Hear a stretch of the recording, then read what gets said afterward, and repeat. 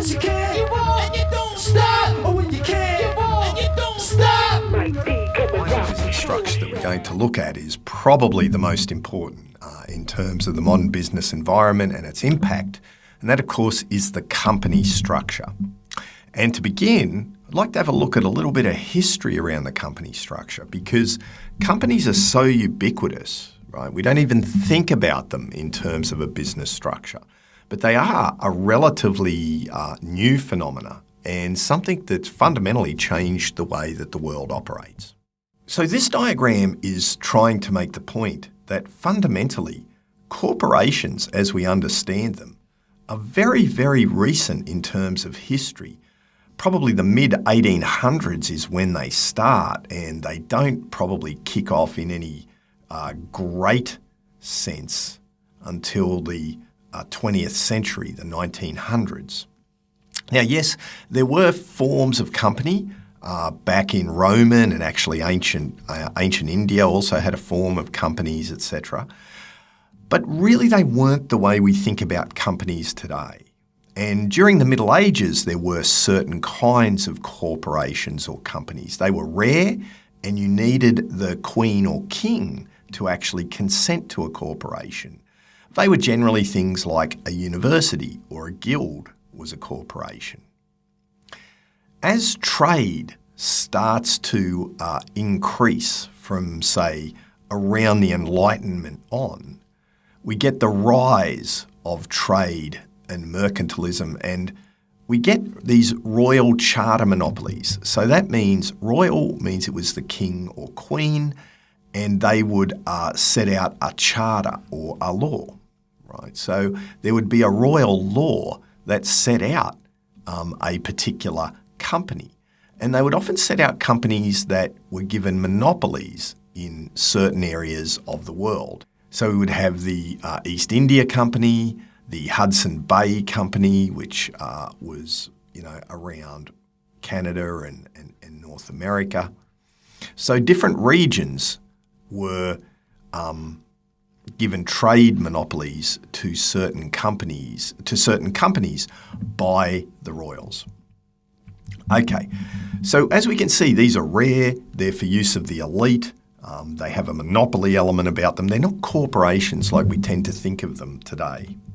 As history progresses, we start to see an increasing orientation towards the liberalisation of the economy and laissez-faire economics, or this idea of competition and markets. So modern economics starts to take hold, as does the Industrial Revolution. Now, the Industrial Revolution means we actually need a capital for machinery. So we've got this trade booming, we need capital for machinery, we got these ideas about modern economics and markets, and so we have this huge innovation in the 1800s, specifically in the UK, where we have a number of acts, the Joint Stock Companies Act and the Limited Liability Act, which allow the formation of companies by ordinary people.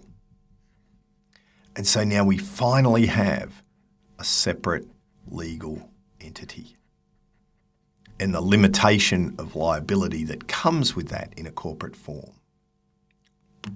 Of course, from an Australian perspective, we inherit a lot of the UK's approach to this, although it's worth noting that originally corporations were regulated at the state level. And there was a kind of carve-up under the Constitution. You'll remember from Module 3, the Constitution carves up the powers so that trade and financial corporations went to the Commonwealth and the residual corporations were governed by the states. And that was the case up until the states gave the powers back to the Commonwealth at the turn of the century, around 2000, for the Corporations Act to form, so that we have a uniform Corporations Act throughout Australia governing all corporations. And that was a byproduct of the fact that, to operate within Australia, it was very difficult to operate within multiple regimes. So this overcame that problem. You can see is companies haven't been around for that long, and coming up with the idea of a limited liability corporation was revolutionary at the time. In fact, people have said that it was more important than, say, the invention of steam or electricity to the modern society that we live in. The ability to take risk in a commercial venture has meant we've been able to advance society and create wealth in a way that wouldn't have been possible without this particular legal form. You'll also note that we have this issue in Australia where we've had this history of it coming from a federated model where all the states were in charge, to a gradual change in power base from the states to the Commonwealth. That occurred via the High Court's interpretation of what a trading corporation was, until in the end the states decided, well, it isn't worth the hassle, we will give up the power to the federal government. And so now we have a single Commonwealth Corporations Act which governs all of the companies in Australia. So what does the Corporations Act actually do? Well, it sets out a separate legal entity. So it's like a legal person. So it sets out a separate legal person, not a natural person. But really interestingly, that legal person can have a perpetual existence. So it can go on forever, unlike a natural person. It can incur debts, own property, sue and be sued, continue even if the owners change, because what the owners do is the owners sell the shares, not the company, right? You sell the shares in the company. So all the contracts in the company's name stay in place. And a company can of course have legal relationships. So the Companies Act also sets out how the company acts, and it acts through its agents. Those agents are called directors and officers. So officers are who you normally would think of in terms of managers. You know, the CEO, the CFO, they would be officers. The directors sit on the board, okay, and they oversee the managers. But they're the agents who act on behalf of the company. And of course, ultimately, at the coalface, the agents are the employees. Okay. So most companies, and you can think probably all, but in actual legal fact, it's most companies, are incorporated and they limit the liability for the shareholders. So what that means is shareholders are not liable for debts or obligations of the company beyond the subscription price of the shares, right? So if the share has a subscription price of $1 and you buy 100, the most you can ever be liable for is $100. And most of the time you have to pay that $100 to get the shares. So once you've paid the $100, that's the most you can be liable for, right? So essentially, you can lose your $100, but that's it. That's very different from when you're a sole trader or a partnership or a trust, where you're liable for whatever debts get incurred when you're running the business. So what we have are these two critical points. A company is a separate legal person where the shareholder's liability is limited. This means if it goes broke, only the company is liable for the debts unless there's some other form of agreement in place. So what do you got to do to have a company? Well, it's a type of corporation regulated under the Corporations Act. It has to be set up and registered through a regulator, the Australian Securities and Investments Commission, which we will come to in the next module. You need to have some positions in the company. You need to have members. Generally, we refer to them as shareholders or even owners, but legally they're members, right? And even not-for-profit companies have members. That's why we use this general term of members rather than shareholders. There are the directors who are appointed by the members. the officers who are the key managers in the company, and the company secretary who, in a public company, keeps the records for the company and gives notice of meetings and makes sure things are run properly. Now, importantly, a person can hold more than one position. So you can be a key manager and a director. So the CEO is often a director as well. So it doesn't mean that you only can hold one of these roles. The requirements on companies vary depending upon what kind of company you are.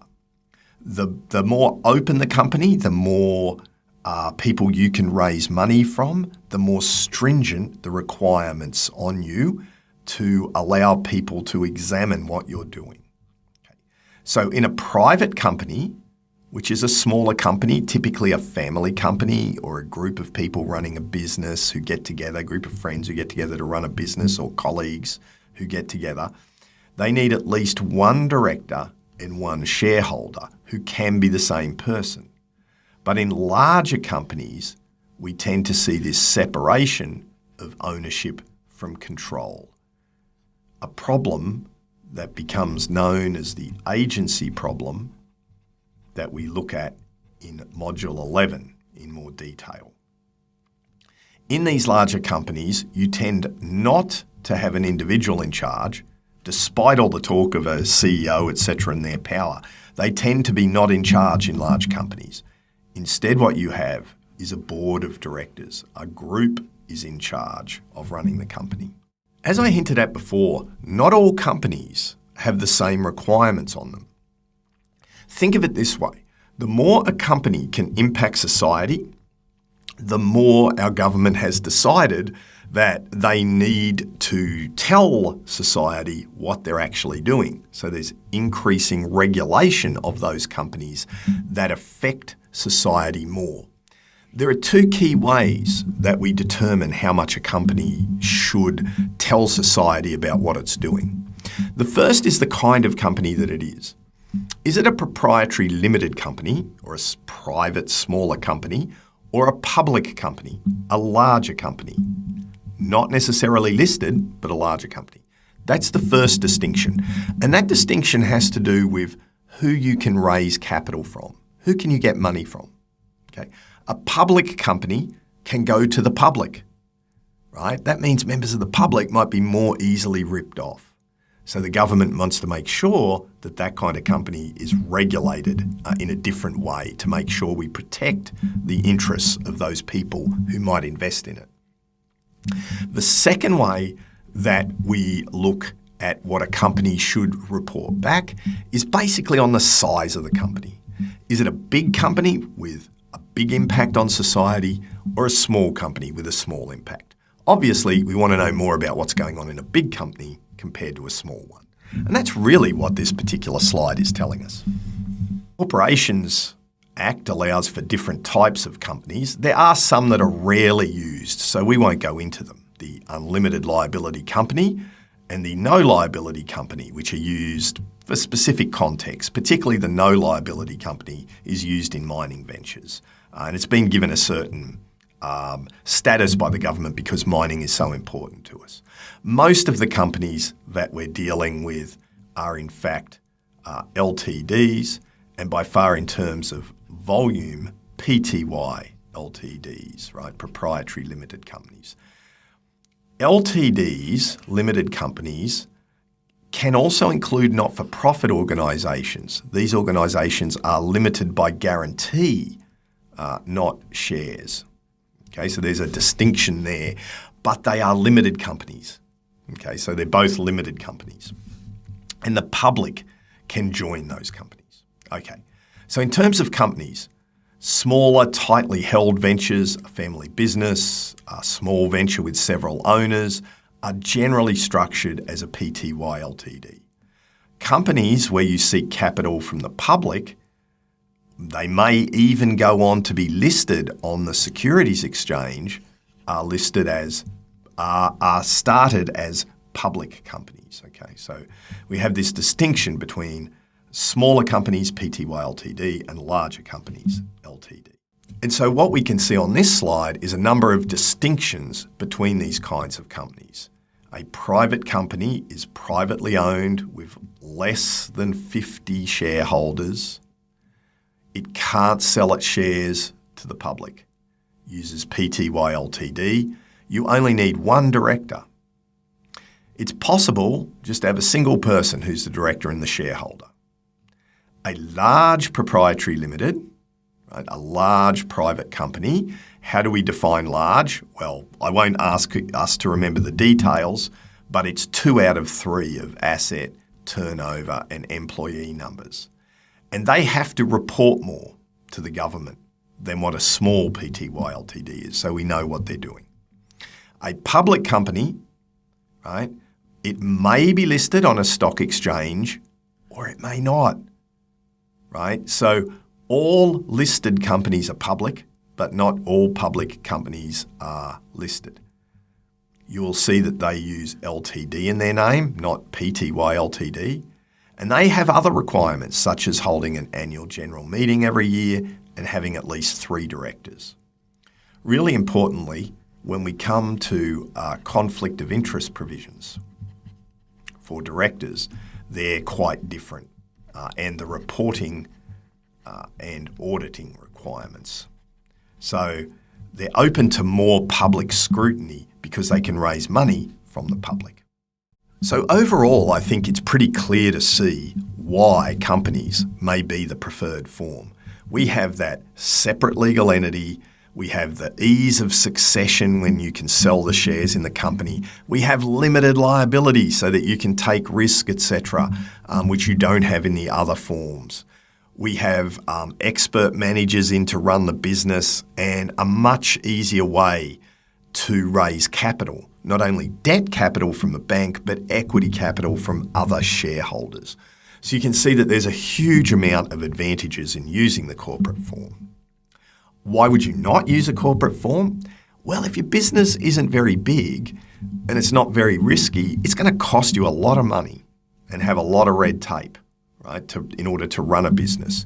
So the disadvantages that we see are all related to those kinds of things. Cost of establishment. If you are dealing with other people under this formal structure, as an owner, you're going to have far more limited rights. In fact, a lot of lawyers would argue that you are not an owner of a company, you are a shareholder, and that it's not the same thing, something we can look at when we get to Module 11. There are going to be extra taxation requirements. So you get taxed as an entity and then pass that on to get taxed as a shareholder.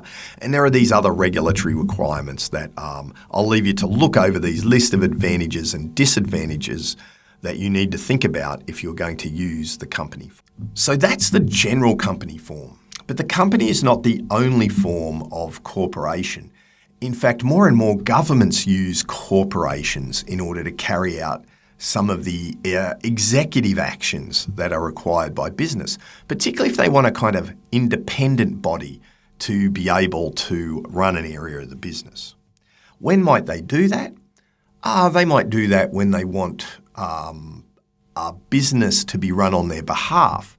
So a water utility, like the water supply, is a critical infrastructure component that you might not want the private sector running, and it might have monopoly attributes, so you don't want the private sector running. So you could set up your own company to actually run that business. Now, when you do that, you can choose to have a corporation under the Corporations Act, or there are other ways you can set up a corporation. So there are lots of other corporations under specific acts of Parliament. And that's what this little minute or two is about, to make us aware that just because something is a corporation doesn't actually mean it's governed by the Corporations Act. It might be governed by a different act or a different power, different source of law. So the 2 most common that you will see are government-owned corporations. So they're statutory bodies created under the Government-Owned Corporations Act, and they operate commercial activities, energy, rail, ports, water. And they operate them on behalf of the government. At a Commonwealth level, we often see statutory authorities. They're generally created under the Public Governance, Performance and Accountability Act to advise governments. So the ATO, the ACCC, the ASIC, APRA in terms of our financial system are corporations, right? And we can have these corporations at a state level. We also have incorporated associations for certain kinds of not-for-profits, and we also have organisations that are set up under their own Act of Parliament, right? So, for instance, QUT would fall within that. There is a QUT Act of Parliament, and QUT is a corporation because of this particular Act of Parliament, not because it's a corporation under the Corporations Act. Wow, I hope that wasn't too confusing at the end there, but I really want to make the point that not all corporations have the same source of power. And so when we deal with things like directors' duties, they may be different, right? That for these kinds of corporations compared with the traditional company. We're going to deal with the traditional company, the most likely one you will use if you're in business. But there we have it, the different kinds of entity that we can have if we're going to operate a business. Sole trader, partnership, trust, company. And within companies, there's a few different kinds of companies, particularly proprietary limited company versus a limited company that we need to think about. That's all for this module. In the next module, we start looking at the problems of ensuring we have accountability when we have these separate legal entities, these corporations and companies. And we'll see you in that module.